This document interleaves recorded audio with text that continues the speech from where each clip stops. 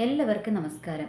Hebrew 11:1, അതായത് എബ്രായർക്ക് എഴുതിയ ലേഖനം 11-ാം അധ്യായം അതിൻ്റെ 1-ാമത്തെ വാക്യം ഇങ്ങനെയാണ് പറയുന്നത്: വിശ്വാസം എന്നതോ ആശിക്കുന്നതിൻ്റെ ഉറപ്പും കാണാത്ത കാര്യങ്ങളുടെ നിശ്ചയവുമാകുന്നു. അപ്പോൾ എന്നെ കേൾക്കുന്നവർ വിചാരിക്കും, അയ്യോ ഇതൊക്കെ ഞങ്ങൾക്കൊക്കെ അറിയാവുന്നതല്ലേ എന്നൊക്കെ നമ്മളിങ്ങനെ വിചാരിക്കും. ഇതൊക്കെ ചെറിയ പിള്ളേർക്ക് അല്ലെങ്കിൽ വിശ്വാസത്തിൽ വരുന്നവർക്ക് പറഞ്ഞു കൊടുക്കേണ്ട കാര്യങ്ങളല്ലേ, ഞങ്ങൾക്കൊക്കെ ഇത് നന്നായിട്ട് അറിയാമെന്ന് ഒരുപക്ഷെ നിങ്ങൾ വിചാരിക്കുന്നുണ്ടാകും. എന്നാൽ നമ്മൾ നിന്ന് തിരിഞ്ഞു നോക്കേണ്ടത് വളരെ ആവശ്യമാണ്, ഞാൻ ഉൾപ്പെടെ. എന്താണ് നമ്മളുടെയൊക്കെ വിശ്വാസത്തിൻ്റെ ലെവല് എവിടെ എത്തി നിൽക്കുന്നു എന്ന് നമ്മളൊന്ന് നോക്കണം അല്ലേ. കാരണം നമ്മൾ വിശ്വാസത്തിൽ ഇറങ്ങിയ സമയത്ത്, അല്ലെങ്കിൽ യേശുക്രിസ്തുവിനെ ആരാധിക്കുവാൻ ഇറങ്ങി തിരിച്ച സമയത്തുള്ള നമ്മളുടെ വിശ്വാസം എവിടെ നിൽക്കുന്നു, ഇന്നത്തെ നമ്മുടെ വിശ്വാസം എവിടെ നിൽക്കുന്നു എന്ന് നമ്മളൊന്ന് ഇടയ്ക്കൊക്കെ ഒന്ന് പരിശോധിക്കേണ്ടത് വളരെ അത്യാവശ്യമാണ്. അതല്ല എങ്കിൽ നമ്മൾ വിചാരിക്കും നമ്മൾ നന്നായിട്ട് തന്നെ പോവുകയാണെന്ന് വിചാരിക്കും. ചിലപ്പോൾ കാൽച്ചുവട്ടിലെ മണ്ണ് ചോർന്നു പോകുന്നതും ഒരു പക്ഷേ നമ്മൾ അറിയാതെ പോകുന്നുണ്ടാകും. എന്ന് വെച്ചാൽ ദൈവത്തിൻ്റെ വചനത്തിൽ യേശുക്രിസ്തു തന്നെ പറഞ്ഞിരിക്കുകയാണ്. യേശുക്രിസ്തു പറഞ്ഞിട്ടുണ്ടല്ലേ, മനുഷ്യപുത്രൻ വരുമ്പോൾ ഭൂമിയിൽ വിശ്വാസം കണ്ടെത്തുമോ എന്നാണ് ചോദിച്ചിരിക്കുന്നത്. എന്ന് വെച്ചാൽ ഇന്ന് വിശ്വാസ ത്യാഗങ്ങൾ സംഭവിച്ചുകൊണ്ടിരിക്കുകയാണ്. പലരും ഇന്ന് വിശ്വാസ ജീവിതമൊക്കെ ഉപേക്ഷിച്ചു പോവുകയാണ്, അതായത് യേശുക്രിസ്തുവിനെ ഉപേക്ഷിച്ച് പോകുകയാണ്. ഇന്ന് പലരും സ്വന്തമായ കാഴ്ചപ്പാടുകളും ഒക്കെ ആയിട്ടാണ് നീങ്ങുന്നത്. ഒത്തിരി യൗവനക്കാർ ഇന്ന് വിശ്വാസം ഉപേക്ഷിച്ച് പോകുന്നുണ്ട്.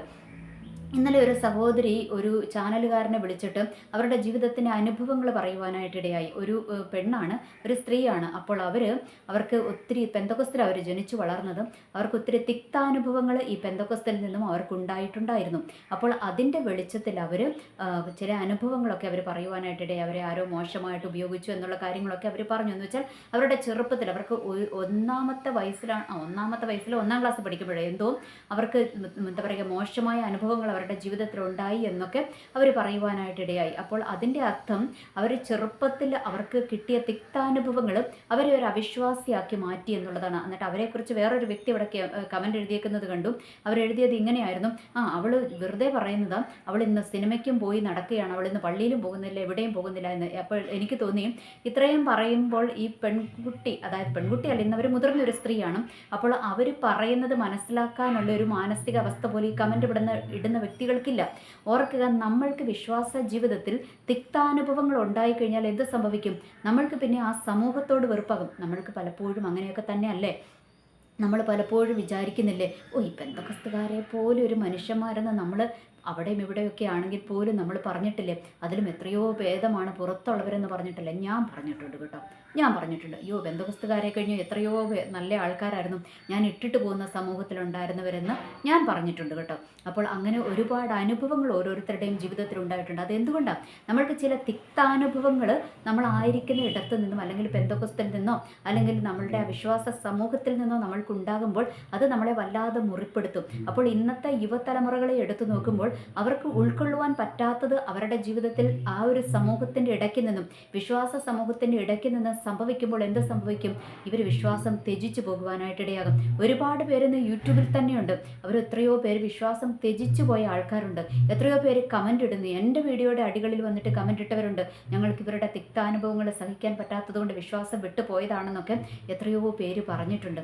അപ്പോൾ നമ്മൾ ഓർക്കുക, ഓരോരുത്തരും അവരുടെ അനുഭവങ്ങൾ പറയുന്നത് എന്തുകൊണ്ടാണ്? അവർക്ക് മോശം അനുഭവങ്ങൾ അവരായിരിക്കുന്ന സമൂഹത്തിൽ നിന്നും ഉണ്ടായതുകൊണ്ടാണ്. എന്തിനേറെ പറയുന്നു, ഞാൻ ഒരു എന്താ പറയുക, ഒരു സഭ സ്ഥാപിച്ച ഒരു ദേവദാസനും അദ്ദേഹത്തിൻ്റെ കുടുംബത്തിന് നീതി ലഭിക്കുവാൻ വേണ്ടിയിട്ട് അവിടെ ഒന്നുമില്ലാതിരുന്ന വേറൊരു വ്യക്തി കയറിയിട്ട് എന്താ പറയുക, ആ ഒരു കുടുംബത്തെ ആ സഭയിൽ നിന്നും അകറ്റിക്കളയുവാനായിട്ട് കുറേ കളികൾ കളിച്ചുകൊണ്ടിരുന്നപ്പോൾ അതിനെതിരെ ഞാൻ പ്രവർത്തിച്ചപ്പോൾ തന്നെ എന്തായിരുന്നു പുകില്. എല്ലാവരും കൂടെ എനിക്കെതിരെ അങ്ങ് തിരിഞ്ഞ് ഈ പുള്ളി എന്താ പറയുക, ഈ പാസ്റ്റർ നിരന്തരമായിട്ട് കുത്തുപ്രസംഗങ്ങൾ നടത്തുക, ഇങ്ങനെയുള്ള കാര്യങ്ങളൊക്കെ ഈ പുള്ളി അവിടെ ചെയ്തുകൊണ്ടിരുന്നു. അപ്പോൾ ഓർക്കുക, ഇതൊക്കെയാണ് ഇന്ന് പെന്തക്കോസ്ത് സമൂഹത്തിൽ അല്ലെങ്കിൽ വിശ്വാസ സമൂഹത്തിൻ്റെ ഇടയിൽ സംഭവിച്ചു കൊണ്ടിരിക്കുന്നത്. എന്താണ് വിശ്വാസമൊക്കെ ഇന്ന് ഒരു ഭാഗത്തോട്ട് നമ്മൾ മാറ്റി നിർത്തും. എന്നിട്ട് നമ്മളുടെ സ്വാർത്ഥ ലാഭങ്ങൾക്ക് വേണ്ടി നമ്മൾ പലതും ചെയ്തു കൂട്ടും. അപ്പോൾ ഇതിനകത്ത് മനസ്സും അടുത്ത് വിശ്വാസ ജീവിതം ത്യജിച്ചു പോകുന്ന ഒരുപാട് സമൂഹങ്ങളുണ്ട്. അതിനകത്ത് ഒരുപാട് യൗവനക്കാരുണ്ട്. ഇന്ന് പലരും കരയുന്നുണ്ടല്ലോ, അയ്യോ എൻ്റെ മകര് ഇങ്ങോട്ട് വരുന്നില്ല, നമ്മളുടെ വിശ്വാസത്തിനകത്തോട്ട് വരുന്നില്ല. ഇനി വിശ്വാസത്തിനകത്ത് വന്നാലും ഇവരുടെ ഈ പഴഞ്ചൻ രീതികളൊന്നും ഉൾക്കൊള്ളുവാൻ അവർക്ക് പറ്റുന്നില്ല. എന്തുകൊണ്ടാണ്? അവർ നോക്കുമ്പോൾ ആഭരണം ഊരിയിട്ട് നടക്കുന്നു, വെള്ളയും ധരിച്ച് നടക്കുന്നു, ഭയങ്കര വിശുദ്ധിയും വേർപാടും പുറത്ത് കാണിക്കുന്നു. എന്നാൽ അകത്ത് തുറന്ന ശവക്കുഴി, ഇതൊക്കെ തന്നെയല്ലേ ഇന്ന് സമൂഹം എന്ന് വെച്ചാൽ നമ്മളുടെ തലമുറകൾ നോക്കി പറയുന്നതെന്ന് നമ്മളൊന്ന് ചിന്തിക്കേണ്ടത് വളരെ അത്യാവശ്യമാണ്. അപ്പോൾ നമ്മൾ എന്താ മനസ്സിലാക്കേണ്ടത്? ഇവിടെയൊക്കെ വിശ്വാസ ത്യാഗങ്ങൾ സംഭവിച്ചുകൊണ്ടിരിക്കുകയാണ്. ആ ഒരു ടോപ്പിക്കിലോട്ടാണ് ഞാൻ വരുന്നത്. അപ്പോൾ വിശ്വാസ ത്യാഗം സംഭവിക്കുന്നത് എങ്ങനെയാണ്? നമ്മൾക്കുണ്ടാകുന്ന തിക്താനുഭവങ്ങൾ അല്ലേ, അല്ലെങ്കിൽ നമ്മൾ ചിലപ്പോൾ പ്രാർത്ഥനകൾക്ക് മറുപടിയില്ലാത്ത അവസ്ഥ, ഇങ്ങനെയൊക്കെ വന്നു കഴിയുമ്പോൾ നമ്മളുടെ വിശ്വാസത്തിന് എന്ത് സംഭവിക്കും? ഇടിവ് സംഭവിക്കുമെന്ന് നമ്മൾക്ക് എല്ലാവർക്കും അറിയാവുന്ന കാര്യമാണ്. അപ്പോൾ ഈ ദിവസങ്ങളിൽ നമ്മളൊന്ന് ചിന്തിക്കേണ്ടത് ആവശ്യമാണ്. എന്താ നമ്മൾ ചിന്തിക്കേണ്ടത്? ദൈവമേ, ഞാൻ ആദ്യം അങ്ങേ ആരാധിക്കാൻ ഇറങ്ങിയ സമയത്തുള്ള എൻ്റെ വിശ്വാസം എവിടെ പോയി? ആ വിശ്വാസം എനിക്കിന്നുണ്ടോ? അല്ലെങ്കിൽ അന്ന് ഞാൻ എടുത്ത തീരുമാനങ്ങളിൽ ഉറച്ചു നിൽക്കുവാൻ ഇന്ന് എനിക്ക് കഴിയുന്നുണ്ടോ? ആ ഒരു സ്നേഹം എനിക്ക് ദൈവത്തോടുണ്ടോ എന്നൊക്കെ ഞാൻ ഉൾപ്പെടെ നമ്മളൊക്കെ ഇന്നൊന്ന് ചിന്തിക്കേണ്ടത് വളരെ ആവശ്യമാണല്ലേ. അപ്പോൾ ഇവിടെ എന്താണ്? ഒരു ഭാഗത്ത് തിക്താനുഭവങ്ങൾ ഉണ്ടായി കഴിയുമ്പോൾ വിശ്വാസ ജീവിതം വിട്ടുപോകുന്നവർ, ആ ചാനലിനകത്ത് പറഞ്ഞ ആ സ്ത്രീ, അവർ കാനഡയിലാണ് ജോലി ചെയ്യുന്നത്. അപ്പോൾ അവർ കാനഡയിൽ ഇരുന്നിട്ട് അവർക്ക് സഹിക്കാൻ പറ്റുന്നില്ല. കാരണം അവരുടെ ചെറുപ്പത്തിൽ അവർക്കുണ്ടായ, നമ്മൾക്കറിയാം പലരും ഇന്ന് പാസ്റ്റർമാരുടെ വേഷത്തിൽ കള്ളന്മാരിറങ്ങി സഞ്ചരിക്കുന്നുണ്ടല്ലേ. അപ്പോൾ അതുപോലെ തന്നെ ആ സ്ത്രീക്ക് അവരുടെ ചെറുപ്പത്തിലുണ്ടായ ഒരു കഷ്ടം, അല്ലെങ്കിൽ ചെറുപ്പത്തിലുണ്ടായ ഒരു മുറിവ്, ആ മുറിവ് ഇന്നും ഉണങ്ങാതെ അവരുടെ ഹൃദയത്തിൽ കിടക്കുന്നത് കൊണ്ടാണ് അവരിന്ന് ആ ചാനലുകാരനെ വിളിച്ചു പറയുവാനായിട്ട് ഇടയായത്. അപ്പോൾ അതൊക്കെ നമ്മളൊന്ന് മനസ്സിലാക്കേണ്ടതുണ്ട്. അപ്പോൾ അതിൻ്റെയൊക്കെ അടിയിൽ പോയിട്ട് മോശം കമൻറ്റുകൾ, ആ സ്ത്രീക്ക് പിശാചുണ്ട്, അവൾ ശരിയല്ല, അവൾ അങ്ങനത്തവളാ ഇങ്ങനത്തവളാന്നൊക്കെ പറഞ്ഞുകൊണ്ട് കമൻ്റ് ഇടുമ്പോൾ നമ്മളൊന്ന് ചിന്തിക്കേണ്ടത് ആവശ്യമുണ്ട്. നമ്മൾ എന്താ ചെയ്യുന്നത്? എരുതിയിലോട്ട് നമ്മൾ എണ്ണ ഒഴിച്ചു കൊടുക്കുകയാണ് ചെയ്യുന്നത്. അതാണോ ദൈവം നമ്മളെ ഏൽപ്പിച്ചിരിക്കുന്നത്? അങ്ങനെയൊന്നുമല്ല. കാരണം അവരുടെ ചെറുപ്പത്തിലല്ലേ, എന്ന് വെച്ചാൽ ഒരാളുടെ മനസ്സിനേറ്റ ചെറുപ്പത്തിൽ കിട്ടിയ മുറിവ് അവർക്കത് ഉണങ്ങത്തില്ല. അത് ഉണങ്ങണമെങ്കിൽ എങ്ങനെ സംഭവിക്കണം? ദൈവം അത് ഉണക്കണമെങ്കിൽ എങ്ങനെ ഉണങ്ങണം? അവർ ദൈവത്തിൻ്റെ അടുത്തോട്ട് വരണം. അപ്പോൾ ദൈവത്തിൻ്റെ അടുത്തോട്ട് ഒരു വ്യക്തി കടന്നു വരുവാൻ കഴിയാത്ത വണ്ണം നമ്മളുടെ വാക്കുകൾ, നമ്മളുടെ പ്രവൃത്തികൾ, നമ്മളുടെ കമൻറ്റുകളൊക്കെ അവരെ വേദനിപ്പിക്കുന്നുണ്ട് എങ്കിൽ ഓർക്കുക, നമ്മളോട് തന്നെയാണ് ദൈവം പറയുന്നത്. എന്താ പറയുന്നത്? ഒരു മനുഷ്യനെ ഇടർച്ച വരുത്തുന്നുണ്ടെങ്കിൽ നീ എന്ത് ചെയ്യണം? നിൻ്റെ കഴുത്തിലൊരു വലിയ തിരികല്ല് കെട്ടിയിട്ട് എങ്ങോട്ട് പോകണം? കടലിൻ്റെ ആഴങ്ങളിൽ പോയി പതിക്കാനാണ് പറഞ്ഞേക്കുന്നത്. അങ്ങനെയാണ് ദൈവം പറഞ്ഞേക്കുന്നത്. അത് വചനത്തിനകത്ത് പറഞ്ഞു വെച്ചേക്കുന്ന കാര്യം. അപ്പോൾ ഓർക്കുക, ഓരോരുത്തരും അവരുടെ തിക്താനുഭവങ്ങൾ വരുമ്പോൾ, ഒരു കമൻറ്റ് പോലും, ഞാൻ അതിൻ്റെ അടിയിൽ കുറേ വായിച്ചു നോക്കി, ഒരു കമൻറ്റ് പോലും, ഒത്തിരി പേര് പറയുന്നുണ്ട് ആ കള്ളന്മാരാണ്, ഇങ്ങനെയാണെന്നൊക്കെ പറയുന്നുണ്ടെങ്കിലും ഒരാൾ വരും, മോളെ സാരമില്ല, ക്ഷമിക്കുക, നീ അത് വിട്ടുകള, നിന്നെ സ്നേഹിക്കുന്ന ഒരു ദൈവമുണ്ട്, നീ ആ ദൈവത്തിൻ്റെ അടുത്തേക്ക് വാ, നീ മനുഷ്യരെ നോക്കണ്ട, നീ ആ ദൈവത്തിൻ്റെ അടുത്തേക്ക് വാ എന്നൊരു കമൻറ്റ് എഴുതുവാൻ അവിടെ ഒരൊറ്റ ഒരുത്തനോ ഒരുത്തിയോ അവിടെ ഉണ്ടായിരുന്നില്ല. ഞാനും കമൻ്റ് ഇട്ടില്ല. ഞാൻ കമൻ്റ് ഇടാത്തതിൻ്റെ കാരണം, നമ്മൾക്ക് ഈ ഐഡിയയും വെച്ചിട്ട് നമ്മൾക്ക് മറ്റുള്ള ചാനലുകളിൽ പോയിട്ട് കമൻ്റ് ഇടുവാനായിട്ട് പറ്റത്തില്ല. കാരണം അങ്ങനെ ഇട്ട് കഴിഞ്ഞാൽ യൂട്യൂബ് വിചാരിക്കും നമ്മൾ നമ്മളെ സെൽഫ് പ്രൊമോട്ട് ചെയ്യുന്നതാണെന്ന് വിചാരിക്കും. അതുകൊണ്ട് ഞങ്ങൾക്ക് അങ്ങനെ കമൻ്റ് ഇടുവാനായിട്ട് പറ്റത്തില്ല. അപ്പോൾ അതുകൊണ്ടാണ് ഞാൻ കമൻ്റ് ഇടാതിരുന്നത്. അപ്പോൾ ഓർക്കുക, അങ്ങനെ പോലും നമ്മൾക്കൊരു വ്യക്തിയോട് പറയുവാൻ നമ്മൾക്ക് കഴിയുന്നില്ല. അപ്പോൾ ഇങ്ങനെ ഉള്ളിടത്താണ് എന്ത് സംഭവിക്കുന്നത്? വിശ്വാസ ത്യാഗങ്ങൾ സംഭവിക്കുന്നത്. ആ സ്ത്രീയെ സംബന്ധിച്ചിടത്തോളം അവരുടെ ചെറുപ്പത്തിലേറ്റ, അവരുടെ ഹൃദയത്തിനേറ്റ മുറിവ്, അവരുടെ ശരീരത്തിനും മനസ്സിനുമേറ്റ മുറിവ്, അത് ഉണക്കണമെങ്കിൽ എങ്ങോട്ട് വരണം? ദൈവത്തിൻ്റെ സന്നിധിയിലോട്ട് വരണം. അതിന് കടന്നു വരുവാൻ ഞാനൊരു തടസ്സമാകരുത് എന്നെങ്കിലും അറ്റ്ലീസ്റ്റ് നമ്മളൊന്ന് ചിന്തിക്കുവാൻ തയ്യാറാകണം. ഒരു വ്യക്തി വിശ്വാസത്തിലേക്ക് വരുവാൻ, അല്ലെങ്കിൽ ഒരു വ്യക്തി ഒന്ന് ചർച്ചിലോട്ട് കടന്നു വരുവാൻ ഞാനൊരു തടസ്സമാകരുത് എന്ന് ചിന്തിക്കുവാനുള്ളൊരു ഒരു സാമാന്യ മര്യാദയെങ്കിലും ഒരു വിശ്വാസി എന്ന ലേവലിൽ ഇരിക്കുന്ന നമ്മൾക്കൊക്കെ ഉണ്ടാകണം എന്നുള്ളൊരു യാഥാർത്ഥ്യം നമ്മൾ തിരിച്ചറിയുന്ന പാസ്റ്റർമാർക്കുമില്ല, വിശ്വാസികൾക്കുമില്ല. ഇന്ന് പാസ്റ്റർമാർ കുത്തുപ്രസംഗം നടത്തി വിശ്വാസികളെ ഓടിക്കുന്നു. അവർക്ക് അങ്ങോട്ട് കയറാൻ പറ്റാത്ത വിധത്തിൽ കുത്തുപ്രസംഗത്തിൻ്റെ ദുരാത്മാവ് അവരിൽ കിടന്ന് പ്രവർത്തിക്കുന്നു. വിശ്വാസികൾ അവരുടെ ഒരു വൃത്തികെട്ട മനോഭാവങ്ങൾ കൊണ്ട് പല തലമുറകളും ഇന്ന് വിശ്വാസ ഗോളത്തിനകത്തോട്ട് അല്ലെങ്കിൽ ചർച്ചിനകത്തോട്ട് കയറാതെ അവർ മാറി പോകുന്നു. ലോകത്തിൻ്റെ വഴികളിലോട്ടൊക്കെ അവർ സഞ്ചരിക്കുന്നു. അല്ലെങ്കിൽ അപ്പൻ്റെയും അമ്മയുടെയും സാക്ഷ്യമില്ലാത്ത ജീവിതം കണ്ടിട്ട് മക്കൾ വഴിതെറ്റി പോകുന്നു. ഇങ്ങനെ ഒരുപാട് കാര്യങ്ങൾ ഇതിനകത്തുണ്ട്.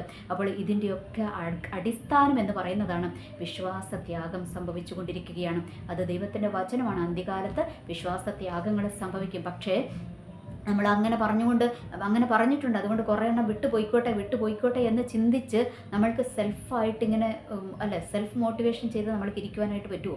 പറ്റത്തില്ല. കാരണം നമ്മൾക്ക് അറ്റ്ലീസ്റ്റ് ഇത്രയെങ്കിലും ചെയ്യാം. നമ്മൾക്ക് വാക്കുകൊണ്ടെങ്കിലും ഒരാളെ മുറിപ്പെടുത്താതിരിക്കുവാൻ നമ്മൾക്ക് ശ്രമിക്കാം. എന്ന് വെച്ചാൽ ഇന്നലെ ഞാൻ പറഞ്ഞല്ലോ, ഇന്നലത്തെ വീഡിയോയിലാണ്, ഇന്നലെ ഒരു പെൺകുട്ടി അതിൻ്റെ വീഡിയോയിൽ ഒരു ചാനലുകാരനെ വിളിച്ചു പറഞ്ഞതാണ്.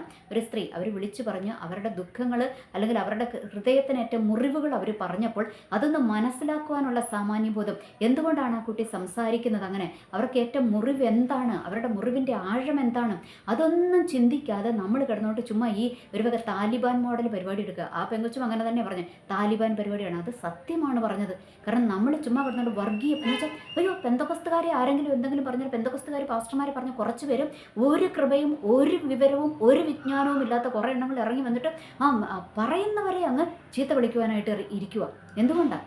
ചുമ്മാ ഒരു വക വർഗീയ വിദ്വേഷം ഇതിനകത്ത് നമ്മൾ തന്നെ വളർത്തിക്കൊണ്ടിരിക്കുക. അതാണോ ദൈവം ഉദ്ദേശിച്ചിരിക്കുന്നത്?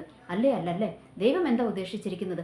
ദൈവം എല്ലാവരുടെ സകല ജഡത്തിൻ്റെയും ദൈവമായ യഹോവയാണ്. അപ്പോൾ നമ്മൾ മറ്റുള്ളവരെ വിശ്വാസത്തിലേക്ക് കൊണ്ടുവരുന്നവരാകാം, വിശ്വാസത്യാഗം സംഭവിച്ചു പോയവരെ തിരിച്ചു കൊണ്ടുവരുന്നവരാകാം, അല്ലെങ്കിൽ അറ്റ്ലീസ്റ്റ് അവർക്കൊന്നും തടസ്സം നിൽക്കുന്നവരെങ്കിലും ആകാതിരിക്കുവാൻ നമ്മൾ ശ്രദ്ധിക്കുക. ഒപ്പം നമ്മൾ നമ്മളെ തന്നെ ഒന്ന് ശോധന ചെയ്യുക. വലിയ വിശ്വാസികളുടെ വലിയ എന്താ പറയുക, ഇതും വലിയ അഭിനയവും ആയിട്ട് നമ്മൾ നടക്കാതെ നമ്മളിൽ ഈ വിശ്വാസമുണ്ടോ, ദൈവത്തിൻ്റെ വചനത്തിൽ നമ്മൾക്ക് വിശ്വാസമുണ്ടോ, ദൈവത്തിൽ നമ്മൾക്ക് വിശ്വാസമുണ്ടോ, നമ്മളുടെ വിശ്വാസത്തിൻ്റെ ലെവൽ എവിടെ എത്തി നിൽക്കുന്നുവെന്നും അറ്റ്ലീസ്റ്റ് നമ്മൾക്കൊന്ന് ചിന്തിക്കുവാനായിട്ട് ഈ ദിവസങ്ങളൊന്ന് എടുക്കാം. അങ്ങനെ നമ്മളുടെ ഒരു ലെവലൊന്ന് ഉയർന്നു കഴിയുമ്പോൾ നമ്മൾ മൂലം ആരുടെയെങ്കിലുമൊക്കെ ഒരു വിശ്വാസത്തിൻ്റെ ലെവൽ ഉയരുവാൻ ദൈവം സഹായിക്കും. എനിവേ, എല്ലാവർക്കും നല്ലൊരു ദിവസം ആശംസിക്കുന്നു. നന്ദി, നമസ്കാരം.